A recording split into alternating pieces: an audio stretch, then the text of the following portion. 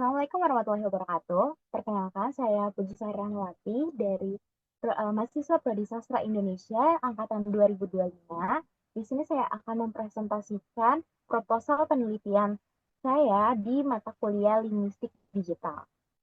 Nah, di sini untuk judul penelitian saya yaitu penggunaan bahasa Inggris atau kode mixing pada percakapan di media sosial X, kajian sosiolinguistik. Apa kita perlu membuat karya kreatif ini? Jadi, pada era digital saat ini kan media sosial itu kan menjadi sarana komunikasi yang digunakan hampir setiap hari oleh masyarakat. Nah, salah satu media sosial yang cukup aktif digunakan untuk berdiskusi dan berbagi pendapat itu adalah aplikasi X atau mungkin dulu kita kenalnya adalah Twitter gitu. Jadi di platform ini pengguna itu sering banget nih nulisin pendapat, komentar atau tanggapan dengan mencampurkan bahasa Indonesia dan bahasa Inggris dalam satu kalimat maupun satu percakapan. Nah, fenomena ini tuh biasanya dikenal dengan kata kode mixing atau campur kode. Misalnya nih, seseorang itu nulis kalimat seperti ini. Aduh, aku tuh insecure banget gitu. Jadi kan itu ada bahasa Indonesia dan bahasa Inggris di dalam satu kalimat. Nah, fenomena ini tuh sering banget ditemukan, terutama di kalangan remaja atau Gen Z gitu, dan pengguna media sosial lainnya.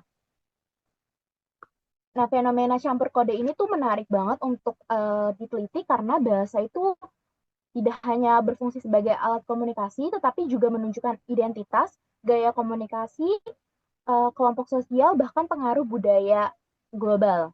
Penggunaan bahasa Inggris ini, penggunaan bahasa Inggris dalam percakapan media sosial itu terjadi karena berbagai alasan, seperti mengikuti tren, menunjukkan kemampuan berbahasa, terus memperjelas makna, atau karena adanya istilah tertentu yang lebih sering digunakan dalam bahasa Inggris.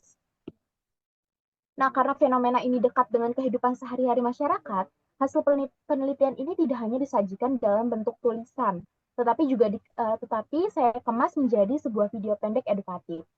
Video ini tuh dipilih karena lebih menarik, mudah dipahami, dan dapat menjangkau audiens yang lebih luas melalui media sosial.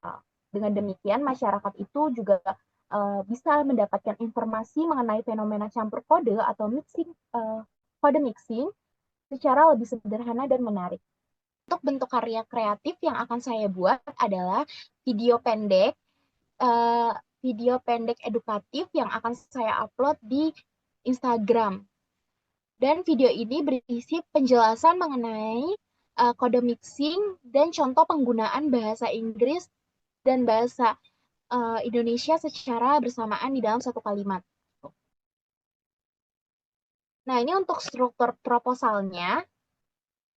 Yang pertama itu adalah judul karya. Seperti yang saya sudah beritahu sebelumnya, yaitu judul karya dari penelitian ini adalah penggunaan bahasa Inggris pada percakapan di media sosial X dengan kajian sosiolinguistik. Nah, judul tersebut dipilih karena fokus penelitian ini adalah penggunaan unsur-unsur bahasa Inggris yang muncul dalam percakapan pengguna media sosial X. Fenomena tersebut kemudian dianalisis menggunakan pendekatan sosiolinguistik untuk melihat hubungan antara bahasa dan faktor sosial yang mempengaruhinya. Nah, yang kedua adalah jenis karya. Nah, jenis karya yang saya buat adalah video pendek edukatif. Karya ini tuh dipilih karena mampu menyampaikan hasil penelitian secara lebih menarik dibandingkan hanya menggunakan tulisan ataupun laporan.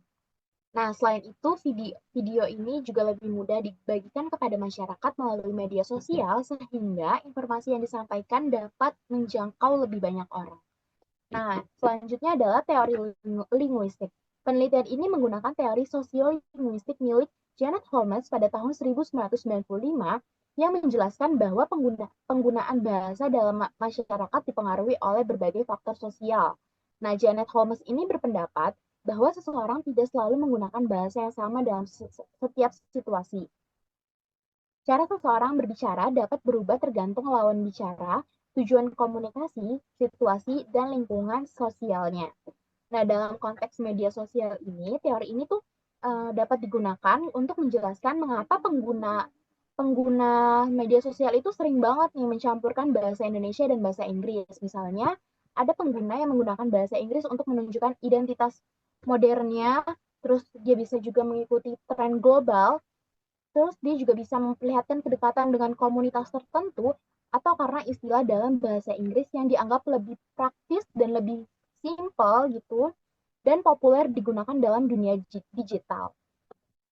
Selanjutnya adalah data penelitian. Di sini data penelitian yang saya dapat yaitu dengan berupa tangkapan layar atau screenshotan percakapan pengguna media sosial X yang mengandung campur kode.